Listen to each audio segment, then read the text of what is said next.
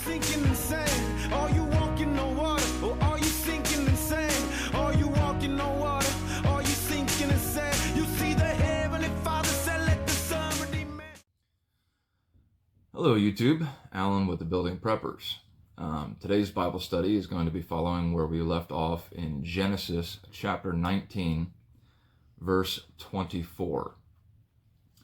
So we saw that the angels had come into Sodom and Gomorrah. They stayed with Lot overnight.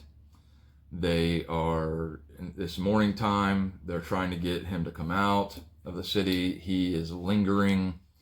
And so the angels grab him by the hand, grab his wife by the hand, grab his daughters, and they're leading them out.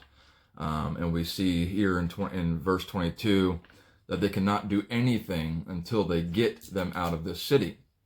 And we also saw that Lot was, well, instead of going to the mountains, and the mountains is where Abraham was. So instead of going back to Abraham and just saying, hey, look, sorry, Abraham would have taken him back. This is his nephew. We saw in previous chapters how much he loved his nephew. And, he's like, look, I love you you're my nephew. Just whatever land you want to choose, go for it. Take it. And he chose, the side that looked most like Egypt. So whether that's where Lot got his wife from, was from that Egypt, the time that they spent there or not, we don't really know. But, maybe that was kind of the influence of his wife. Well, let's go that direction because it looks like Egypt. And, it's got great lands and, all this fame and fortune type of ideas. So, now they're fleeing. And instead of going to the mountains, he's like, well, what about the Zoar? What about that little city? It's just a little one, right? We can compromise here, right? And it's that whole idea of, here's God's rescuing you from something. We know that alcohol is going to destroy our lives. We see it every day in people that we know, people that we work with, all these stories that people share with us, how alcohol has just completely destroyed their lives. But yet we want to make this compromise of, I can just have one beer, right? And the Lord says, no. If you have a habit of alcoholism, don't even have that one beer, because now you're compromising, and you know yourself that one is going to lead to 2, which is going to lead to 5, which is going to lead to a 6-pack, to a 12-pack, and before you know it, you're right back into the same habits that you used to be in.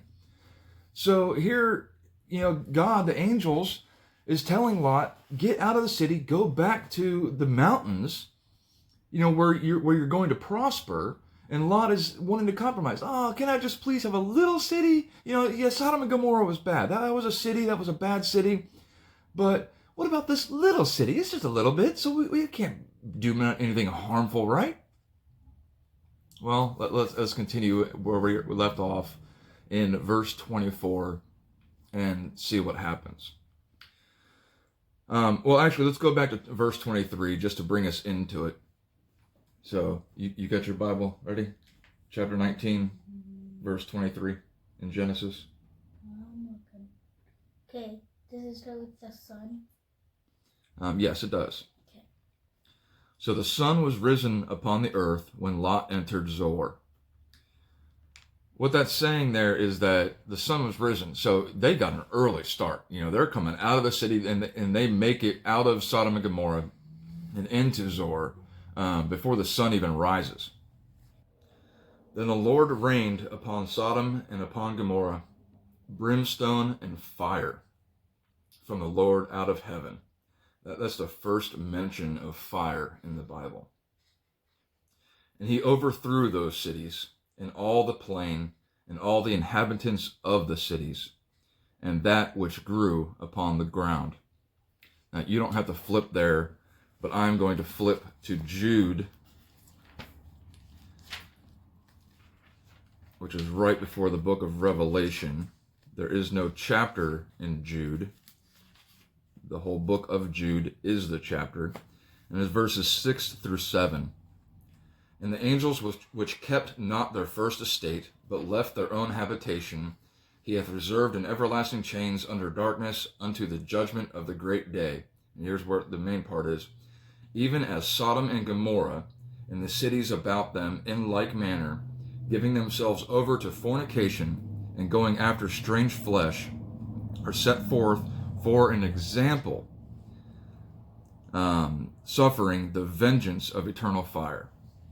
So God is using Sodom and Gomorrah here as an example for his chosen people, so they can look back and they can remember this. Abraham can look out and he can see Sodom and Gomorrah from a distance. Sodom and Gomorrah had kings, and there was that whole war back in chapter 14, I believe it was, that this was a major city hub area right there, and we saw how Lot was in the gates, so he was like a politician or one of the elders of the city. This city had some substantial economics and growth to it. So he was using the city as an example for their fornication and their sins. We saw how all the men came to this house to have homosexual relationships with angels. So he's destroying this entire city to make an example for Abraham and Lot going forward. So they knew, let's stay away from that stuff, and let's move on with the way that the Lord is leading us. In verse 25 there, the word overthrew. If you flip over to John 2:15, you'll see where Jesus is overthrowing the temple tables. And that's that same word used there. So it's a physical action. It's a, vengeance. It's violent almost, in the way that he's doing this. There's just a little bit of a correlation there between the words, what that's actually saying there. Okay, so verse 26. Look at this. Pay attention to this. But his wife looked back from behind him, and she became a pillar of salt. So his wife looked back from behind him. If you flip back to 19:17, the angels specifically tell them, look not behind thee, neither stay thou in all the plain, escape to the mountain, lest ye be consumed. And here we see that not long after, the next day, after the angels tell them this, she's turning back. From behind him. That means that she's still sort of lingering. Now, when it said that Lot was lingering, we don't know whether that was him just kind of sitting there twiddling his thumbs, do I really need to do this, or, well, let me just grab one more thing. Or maybe it was even his wife and his daughters that he was like, all right, come on, guys, you don't need to grab all the makeup, you don't need to grab all, put that down, we don't need that, let's go. We're not given those kind of details, but it just says that Lot was lingering. And here we see that Lot's wife is lingering. She's longing for that city still, because she's behind him. As a man leading my family, especially if we're escaping from something, I would be behind my family. I would make sure that my wife and my children are in front of me, so that way anything that's coming behind me is going to get me first. It's kind of that whole idea behind, if we're walking through a parking lot, and my daughters can attest to this, if we're walking through a parking lot up to a store, I make sure that my daughters are in the inside and I'm on the outside. They're always supposed to be on the left, just whatever, but they're always on the inside. That's to protect my children, my family. And here we see that she's behind him. So we don't know whether this is Lot going, and he's just running like crazy, trying to get out of there. And his wife's just kind of, dragging behind him, or whether she's literally, the way that this is written is from behind him. She looked back from behind him.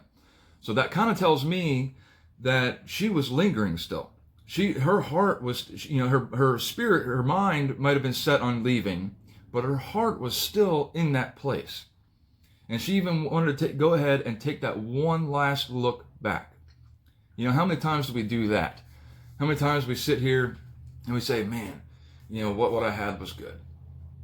But then you start realizing rather quickly sometimes that while this little part or that little part may have had some good memories to it, the whole situation that I was in was bad. And so that's why I had to leave that situation.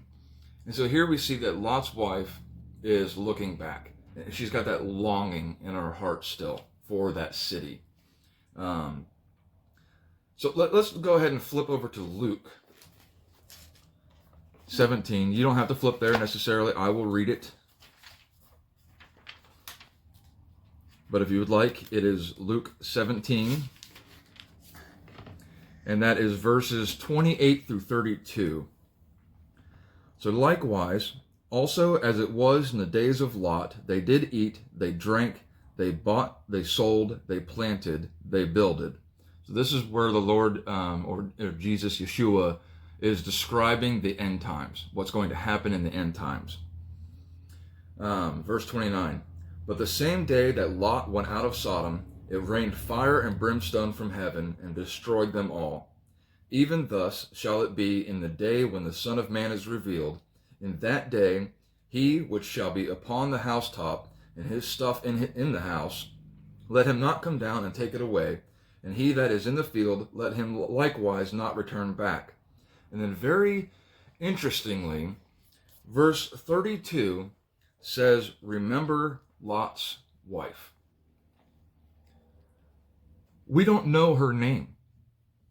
Her name is never given in this book. We don't know her age. We don't know what she looks like. We don't know anything about her. All we know is that Lot married some woman. And he was a famous guy. He was, Abraham's nephew. And Abraham's wife is mentioned by name. But we don't know her name. We don't know anything about her. But yet the Lord is telling us purposefully, remember Lot's wife. So we look at, back to chapter 19, verse 27. And Abraham got up early in the morning to the place where he stood before the Lord. And I definitely underlined that verse for myself, because it reminds me, all through the Bible, you see them, getting up early, rising early. So that's an important part to our lives too, is that, we should get a good night's sleep, rise early in the morning, get things done, do the things, get to it, because you only have so many hours of daylight in the day to get things done. So it's important to get up early. But the part that really stood out to me was to the place where he stood before the Lord. I've had places in my life where I can just go and get away, and that's my place for me and the Lord. That's where I go to pray. That's where I go, whether it's kneeling in front of my bed, whether it's just a specific spot that I go. I guess my daughter didn't want to be part of this. She's not feeling good today. So she's kind of staying in her room. But I guess I was being too loud, so she had to come and close the door. But anyway, so he gets away to the place where he stood. He had a specific place that he would go, and that's where he would talk to God. That's where he would pray. And that was just amazing to me, and it's more of a life lesson for me, that I need to make sure that I have a specific place that I go just to get alone with the Lord. And he looked toward Sodom and Gomorrah, and toward all the land of the plain, and beheld, and lo. So if it says, and beheld, and lo, now we know we need to really pay attention to this. The smoke of the country went up as the smoke of a furnace. So see, we can see that Abraham can look out and he can see Sodom and Gomorrah and the destruction that was going on there. And so he knew what was going on. And so at this point, we don't really know if he knows about Lot and his wife and their children coming out. We're not really given that detail here. Let's keep it right. But so he's looking out and he sees all this happening. And it came to pass, I love that, when God destroyed the cities of the plain, that God remembered Abraham and sent Lot out of the midst of the overthrow, when he overthrew the cities in which Lot dwelt. So my guesstimation here is that at this point, now Abraham is being shown or being told or being reaffirmed with the Lord that Lot is safe. Don't worry. The birth of Moab. So in verse 30, and Lot went up out of Zoar and dwelt in the mountain. Okay, so now he sees, well, maybe the city isn't so great. Let's go to the mountain. And his 2 daughters with him, for he feared to dwell in Zoar. So he just saw all the destruction that was going on in Sodom and Gomorrah. And so now he gets to this city, And now he's able to sit back and, kind of clear his mind and say, you know what? If God just did that to that city, I probably don't want to be in a city anymore. I probably want to follow what the Lord was telling me and go up to the mountains, because he said, he feared to dwell there. And he dwelt in a cave, he and his 2 daughters. Now this little section between 30 and 38 really hits home for me, because I am a single dad of 2 daughters. And so when I hear this story, when I study this story out and I read this story, it breaks my heart that he would live in this type of way where his daughters would even think that this would be okay and acceptable. So let's get to it. And the firstborn said, so that the older daughter said unto the younger, Our father is old, and there is not a man in the earth to come in unto us after the manner of all the earth. And since I have my daughter here, my younger daughter, with me during this video, I'm not going to go into the details of what exactly that means, but we've studied those words before, so you know out there in YouTube land what's being said there. Why not? In verse 32, Come, let us make our father drink wine. Let's stop again for a second. So we've got Lot, the preparedness side of my channel, right? The bug out bags. Everybody wants to talk about bug out bags and, bug out locations and all these different things, right? So the angels are telling him, all right, the red flags are up. This is our trigger. This is when we need to go. Let's grab our bug out bags and hit the road. Grab your inch bag, grab your get out of Dodge bag, whatever bag you want to call it. Let's get out of here. And so they grab all their stuff. They're gathering all their stuff, but yet they had time to grab wine. That part blows my mind. I don't understand why they would take the time to grab wine. We know that years haven't gone by here for fermentation and stuff to take place. So they literally grabbed these bottles of wine to take with them. What are your priorities? What are my priorities? Am I going to take time to make sure that I grab my liquor out of my cabinet to take with me if I have to leave Dodge? Probably not. That's not going to be the smartest thing. So, but here we see that they had time to grab wine. So we know where their hearts were. We know what their minds were thinking. Okay, well, we want this, we want that. Okay, let's make sure we grab our wine. It was a vintage year. We can't let that go. It's just sad to me. And we will lie with him that we may preserve seed of our father. Oh, okay, so now they're trying to make it where, it's good because now we're going to preserve the seed of our father. Yeah. And they made their father drink wine that night, and the firstborn went in and lay with her father. And he perceived not when she lay down, nor when she arose. So not only did they have a little flask of wine, they had enough for him to completely pass out drunk. Because he didn't even know that she got into bed or out of the bed. He had no idea what was going on. Completely oblivious.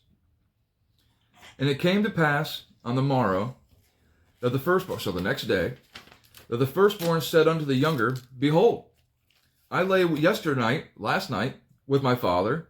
Let us make him drink wine this night also, and go thou in and lie with him, that we may preserve the seed of our father. So now, not only did they have enough wine for him to drink one night and get completely wasted, but 2 nights. So the first night, the older daughter goes in, does the things with her dad, and now she's convincing her younger sister to do the same thing the following night. This stuff just completely... is it wrong for what's going on with his daughters? Yes, absolutely. Is it wrong for them to grab wine? Yes, absolutely. But here, he's leading his family. We see Abraham, God didn't know whether he should even tell Abraham because he knew that Abraham was going to go and tell his family everything that the Lord was doing. That's the right way to do it. You got to keep your family in order, your household in order. And here we see Lot having his family so dysfunctional that when he goes and tells his sons-in-laws what's going on, they think he's mocking them. So this is telling me that, okay, when dad goes to work, he's sitting around with the guys telling funny jokes, perverted jokes or whatever, and he's laughing it up. He comes home and shares these stories with us, and we're all, ha, ha, ha, ha, so funny. It's just that mentality. And we do the same thing. I can't say that I'm completely innocent in this. As I grow, I try not to get into those kind of conversations, and I try to leave away from those kind of things in my life, because I don't want any part of it. I don't want it. It's disgusting. And whatever goes into my mind and my ears and stuff out there in the world, it's going to come back into my family. That's why if I have an alcoholic beverage in my home, it's something very small, one here and there, nothing major. And I don't even necessarily agree with that. I'm not telling you that that's okay either. But I make sure that I don't have a liquor cabinet. I don't want my daughters to grow up and think that, oh, it's okay to have a liquor cabinet and I can get drunk every now and then if I want to. I don't think that's right. I want to raise my kids in the way that is true. A drunkard, it's not good. You can read Proverbs 31 where it's not wise for kings and princes to get drunk. But those in poverty, those that are hurting, let them go ahead and drink wine so they don't have to worry about this. They can forget about the troubles. Well, we are made kings and priests in the Lord. So we should treat ourselves as kings and princes and queens, because that's who we are in the Lord. So we should not be letting ourselves get to the point where we're completely passed out drunk, where the things of the world can take advantage of us. And they made their father drink wine that night also, and the younger arose and lay with him. And he perceived not when she lay down, nor when she arose. So again, second night in a row, he's completely passed out drunk. Thus were both daughters of Lot with child by their father. Incest at this point was not a bad thing. You still had good lines. The genealogies hadn't been, or the genes hadn't been completely twisted yet. We won't see incest be abolished until Moses' time, when God's laying down the laws. So at this point, it's not completely out of the realm for incest to happen. However, we know the city that they just came out of. We know the fornication and the perversions that were going on in this city. So they weren't doing this in a way that was to preserve his seed. They were doing this in a way of destroying their flesh, following that lust. And it's just a disturbing and disgusting part of this. And one of the saddest parts about this whole chapter right here is that verse right there, 36, is the last mention of Lot. You hear about him again in Luke, when Jesus refers to, in the end times will be like Lot's days. But it's not talking about Lot. It's just giving you a time frame. But this is the last mention of Lot. That's not the way I want to go out. I've said it before, and I'll say it again. If the only thing that you can leave your children is something that a lawyer has to sort out, you've left your children nothing. I don't want to buy my kids all kinds of fancy gadgets and stuff like that. I like to spoil my kids, but I want to give them the things that I want to teach them the things that I never knew. I want to help them grow and become something, help them think for themselves. I want my daughters to know that they don't need a man in their lives to accomplish things. That they can do anything that they want to do. That they put their mind to it, they can accomplish it. We play softball. You practice how you play how you practice. We go out there and we practice and we play hard. Because that's what you do. And I want to teach them that it's on you. You can't expect your teammates to do things for you. You make this team. It's everybody doing their 100% that makes it happen. And so that's what I teach my kids. That's what I teach my family. And Lot isn't teaching his kids anything. And so to this point, that's how Lot goes out. And Lot, thus were both the daughters of Lot with child by their father. That's disturbing. That's disgusting. And the firstborn bare a son and called his name Moab. That's where we get the Jeeps from. The same is the father. I'm just kidding. We don't really get Jeeps from them. It's just a joke. I know, that's why I looked at you weird. I was like... The same is the father of the Moabites unto this day. And the younger, she also bare a son, and called his name Ben-Ami. The same is the father of the children of Ammon unto this day. What's really sad about that too is that the Moabites and the Ammonites become mortal enemies of Israel. And Ammon is the capital of Jordan today. We covered a lot in this chapter. Covered a lot. And there's topics that we could go on for hours on. I think I've gone on enough in some of my past videos about the situation that was going on with the homosexuality. So I'm not going to touch on that in this video. But there's a few things that we need to pay attention to. One is rise up early and go to that place where you can talk to God. You can have that time, that place. Not just church, but just like maybe there's a certain room in your house. You know, I do a lot of my time right here at this table. I do a lot of my time. I've gone outside to walk through the woods before, just praying, just having that time. Got lost. It was funny. Thank you for pointing that out. But you were in a big forest. Oh. I got back. Woody. Didn't get lost. Just got turned around all around there because it was all And backwards. Then you went out on a hike with me and we got lost too. Of course, my daughter's calling me out. I had to pull out my compass and get myself back because got turned around. Anyways, Again. Back to this. We need to get alone with the Lord. And then we need to pay attention to how we're raising our families. And on that, I will say shalom and God bless. Shalom.